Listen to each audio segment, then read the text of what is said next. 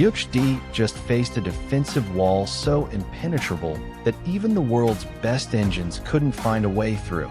Is this the most frustrating draw in the history of the Chennai Grandmasters? Or did Andreikin just pull off the defensive save of the century?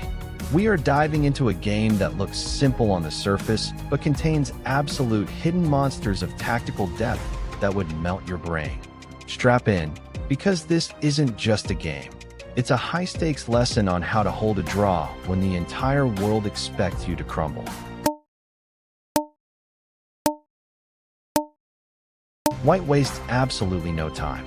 By playing d4, Gukesh immediately challenges the center. This is the Scotch game, an opening that screams, "I am here to fight." Most people at the club level think this is just a quick trade, but Gukesh knows that the open files generated here are perfect for his high-energy, tactical style. He wants to force a position where every single piece trade has to be calculated with surgical precision. If black missteps here, the center explodes, and their king becomes a target before move 10. Knight takes c6. This is a classic, somewhat positional choice. By forcing bxc6, white gives black a slightly compromised pawn structure, but in exchange, black gains the semi-open b file and, crucially, a central pawn presence. Andreikin is an absolute veteran. He knows that the structure damage is largely irrelevant compared to the long-term control of the board. Gukesh is playing for the long game here, looking for microscopic advantages that he can squeeze throughout the next 50 moves. It's a game of inches, and the tension is already mounting.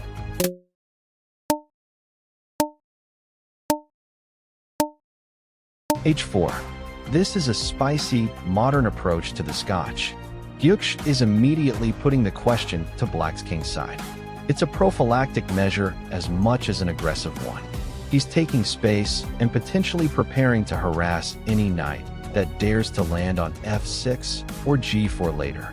This is exactly why Gukesh is at the top of the food chain. He doesn't just play the book moves, he plays moves that force his opponent to think about their own structure under pressure. It's a move that says, you have to solve this problem right now, or you're going to suffer later.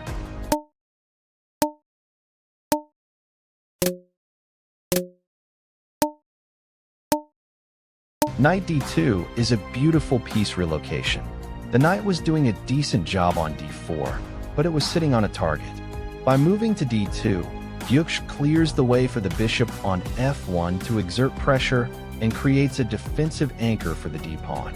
Look at how he coordinates his pieces. Everything is connected. Andreikin is responding with extreme caution, realizing that any premature expansion is going to get punished by the sheer mobility white has generated. This is elite-level maneuvering where the positional stakes are higher than they appear.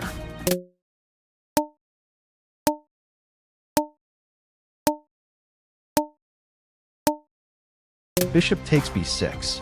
We see a simplification of the structure. Removing that knight is a strategic imperative because it was black's most active defensive piece.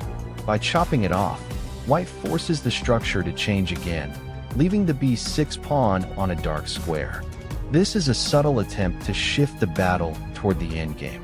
Gukesh is looking to drain the life out of black's pieces, leaving Andreikin with fewer resources to defend the inevitable pressure that's about to come. It's calculated, it's cold, and it's completely terrifying.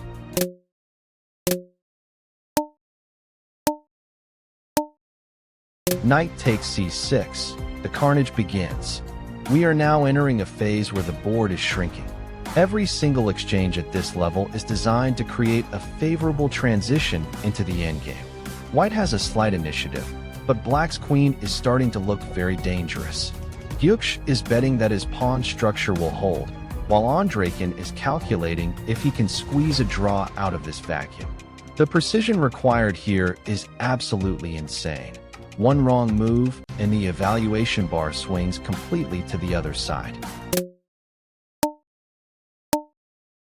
Queen e4, a multi-purpose move. It offers a trade of queens while simultaneously eyeing the b7 and h7 squares. Andreikin has to make a choice. Do I retreat, or do I force the trade and try to survive with the rooks? At this level, forcing the trade is often the best way to dissipate an opponent's momentum. But watch how the dynamics shift the moment the queens leave the board. We are about to enter a transition that is notoriously difficult to play even for computers. The tension is palpable. King takes g2. We are officially in the endgame. The queens are off, and now it's all about king activity and pawn structure. Look at the balance of the board. Black has managed to neutralize the initial storm, but Gukesh is still pushing. He has the space, and he has the potential for a breakthrough on the queen side. Andreikin needs to be absolutely perfect now. There is no room for error. A single misplaced rook, a single passive king move, and this game becomes a loss in a matter of seconds.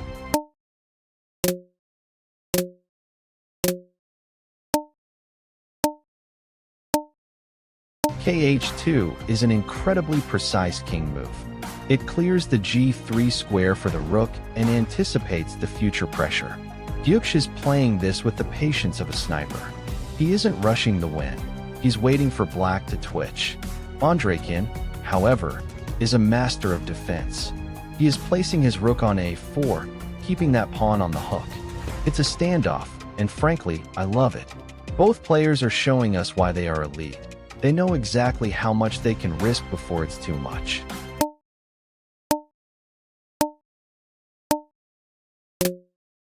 Rook f, b1. The intention is clear. Trade the rooks and enter the pawn endgame. Gukesh is banking on the idea that the pawn structure is just superior enough to create winning chances. But watch Andreikin. He trades right back. He understands that the pawn endgame is where he needs to be.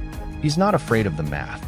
This is the definition of a high-level draw, a total war of nerves where neither side makes a mistake. You can see the engine evaluation hovering at total equality, yet they fight like every pawn is a queen.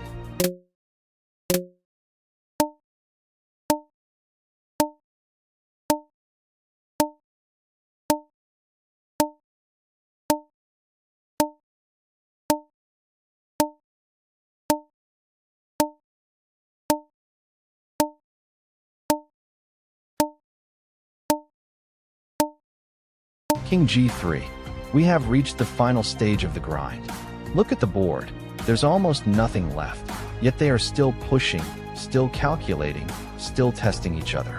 Gukesh is trying to find that one square where his king can penetrate the defensive line. Andreikin is holding the fort, tucking his king into the corner, refusing to give up a single inch of ground. It is absolutely mesmerizing to watch them play this at 1/2-1/2 equilibrium. It's a masterclass in how to draw when you're just a tiny bit worse.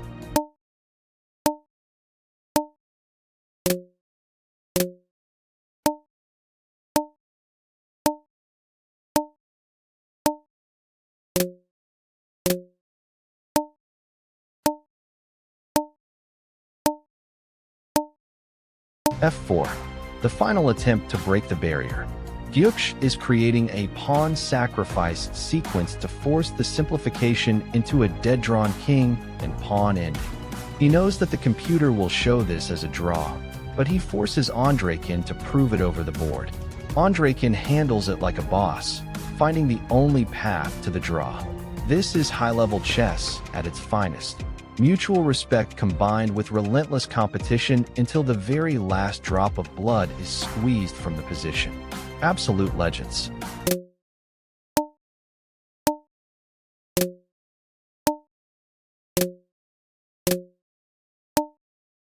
What an incredible display of defensive technique from Andreikin and persistent pressure from Gukesh.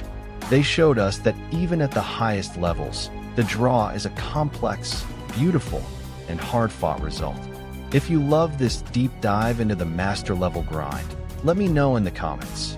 Would you have pushed for the win in Gukesh's position or taken the draw early? Make sure to hit that like button and subscribe to Chess 64 Elite Academy right now for more elite chess content.